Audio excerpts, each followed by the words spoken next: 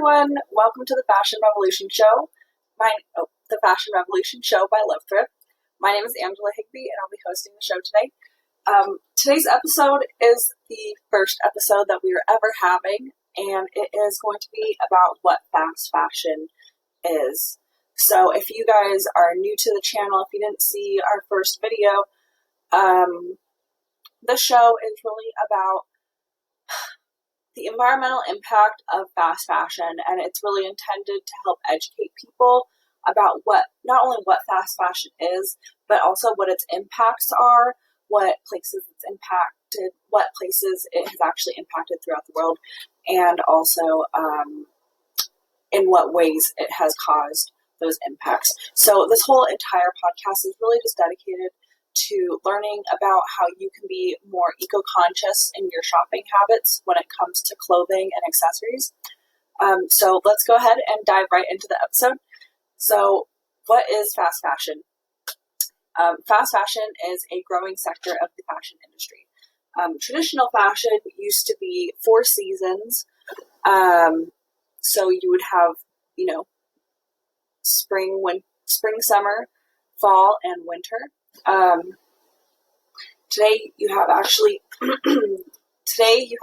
52 different micro seasons, which means that new styles are designed, produced, shipped, and then sold in stores 52 times a year compared to 4 times every year. So fast fashion is definitely a growing part of the fashion industry. It has begun to actually kind of segue out traditional fashion, which was, like I said, it was 4 seasons. It was 4 seasons every year, but also clothing used to be made to last. That's why you can find vintage clothing today, and it's still in amazing condition because it was just made really well. It was made out of good quality fabric. It was made with care and with time. It wasn't just like ran through, a template. And a lot of what is made today is just, like I said, just very fast.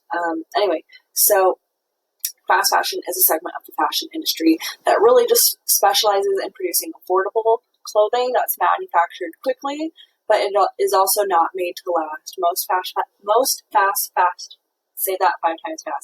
Fast fashion pieces last on average 2 to 5 months. So that includes jeans, t-shirts, things like that.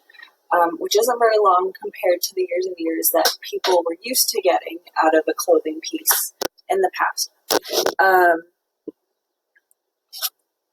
So, also, on our end, we're thinking that sounds actually kind of like a really good idea. Affordable clothing, you can't beat that. But really, we don't see the repercussions. At least out here in the U.S., we don't really see the repercussions of that fashion cycle because we're sheltered from it for sure by the media. And second of all, there's just really not a lot of people covering this topic. It's just really not something that people go into detail about. That said, for us, fast fashion sounds amazing, but once you start digging into it, you can actually see the really scary repercussions of this kind of fashion cycle. So, diving into it. Fast fashion has 2 types of serious repercussions, at least that I can see. The first one is environmental, and the second one is social. So, fast fashion's environmental impact is enormous. It's actually the fashion industry is actually.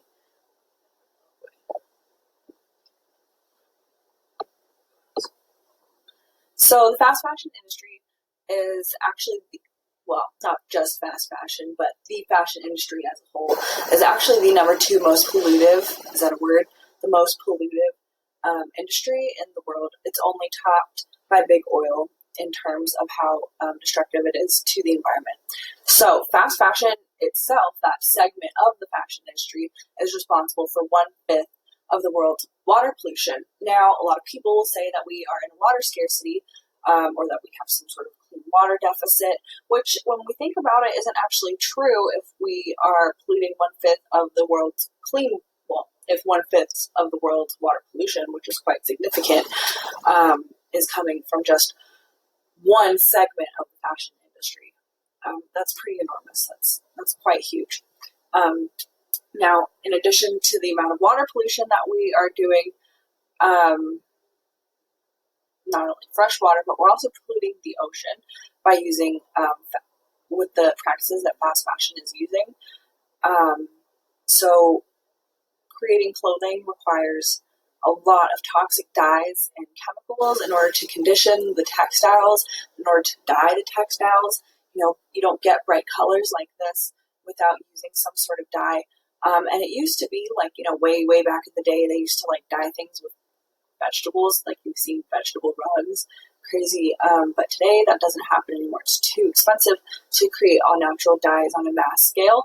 And because this industry is so heavily unregulated, a lot of toxic dyes are used often, which would be okay. It wouldn't be awesome, but it would be better than the current situation.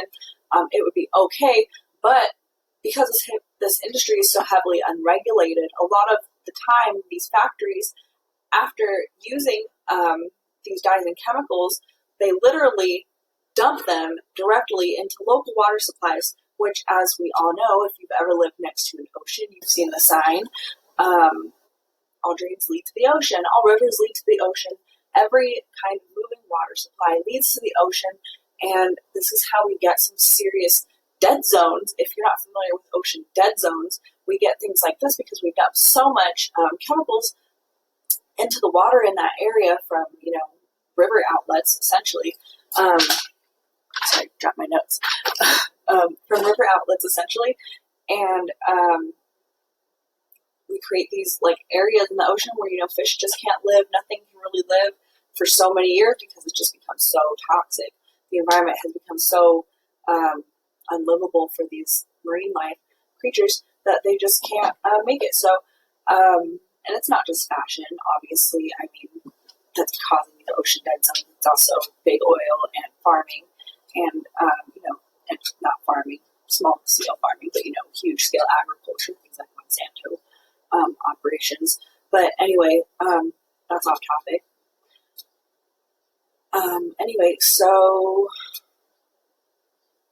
So basically these textile mills are just dumping these chemicals directly into local water supplies. There have been reports of people getting seriously ill living in these vicinities of these textile mills, not just because they're drinking the water, but also, there's been stories of people getting extremely ill by these textile mills because this is local water, and it's not like, the U.S. where we have running water, underground water supplies into our home, and even then it wouldn't be safe. Our local water supply was toxic.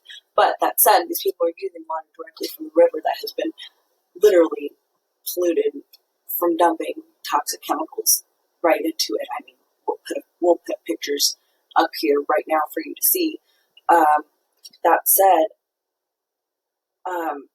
so this water issue is enormous, and because a lot of this happens in places like India and Pakistan, so few countries have the industry and the regulation, the uncorrupted regulation, to actually monitor these situations and stop them from happening. So there's been a lot of stories of people getting severely ill, I'm talking really serious cancer, autoimmune diseases, lung diseases, things like that, from drinking the water and breathing the air that is being pumped out of these factories. And so it's a really serious issue, the toxicity of these chemicals that are being used without regulation in these factories. It's a very, very serious issue. Now, that said, also, fast fashion is not just causing water issues in the sense of dumping toxic chemicals. It is also a serious consumer of the world's clean water supply. So for those of you who don't know, this is one of my favorite statistics. It takes 5,000 gallons of water to manufacture one t-shirt and one pair of jeans. Now those figures might be a little bit more or less in regards to how many gallons it takes to create those pieces, depending on the company that you're talking about and the quality of the clothing, but on average, it's about that. Now, to put that into perspective, 5,000 gallons of water is, according to various humanitarian websites, we can put the links for you guys to reference. 5,000 gallons of water is enough for one person to drink for a whole year. So that's enough drinking water for one person in a whole year. That is pretty eye-opening when we hear complaints about water scarcity. So is water really scarce, or are we just using it irresponsibly? That's my argument. So also, let's see, in addition to the environmental impact that fast fashion has, and if something changes, we'll put out another video on the environmental impact. I mean, I'm sure that we're missing something. Fast fashion is such a huge industry. And if you know something that we're missing in regards to environmental impact, please comment below. And please provide a link so that we can update it. And if you have a website, leave your website link so that we can reference you on our vlog. Anyway, so in addition to the environmental impact of fast fashion, it also has a really huge social impact. And this isn't something that we think about very often, but it is something that has really struck a chord with me. It really, really bothered me when I started digging deeper into the social impact of fast fashion, because these factories where this clothing is being made, most people don't realize this, but the average worker is taking home about $1,000 a month and working 16-hour days in some really, really seriously questionable conditions. I'm talking about factories being devastatingly close to collapsing, and in some cases, and some very well-documented cases, that actually has happened. Which we'll talk about in just a second. So these factories are in just terrible condition, places that you or I would never want to work, for sure. We would walk in there and laugh at the condition of the building, at the hours that we were going to be working per day, and at how much we were going to be paid. So examples of what I'm talking about. One example of these unlivable conditions that lead to serious one example of these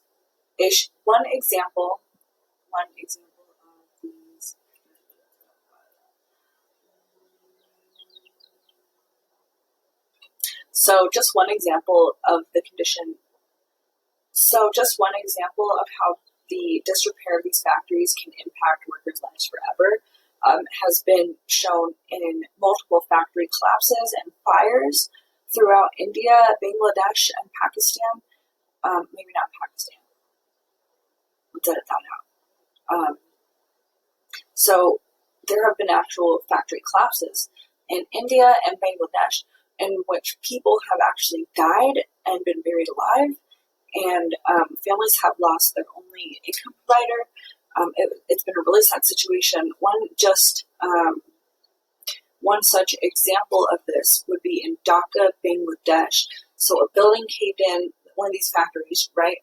A factory caved in during work hours because the generator was kicked on, and the factory was so weak structurally that the generator's vibration from being kicked on actually caused the factory to collapse. The walls buckled and collapsed. And it turned out that this factory had been investigated by the local code guys there, and they told them that this building was in really, really bad shape, that they needed to close it down and get it repaired, otherwise it wasn't going to make it. But because regulation, I'm assuming because regulation is so weak there, I don't want to say that and, comment on how other countries are running their government, but that said, I mean, factories are collapsing, they were just investigated 2 days later, and everybody comes to work and dies. Seems like an issue. Anyway, so in this factory collapse, everybody went to work, the generator was kicked on, the walls started shaking, and the entire building collapsed. It killed 1,000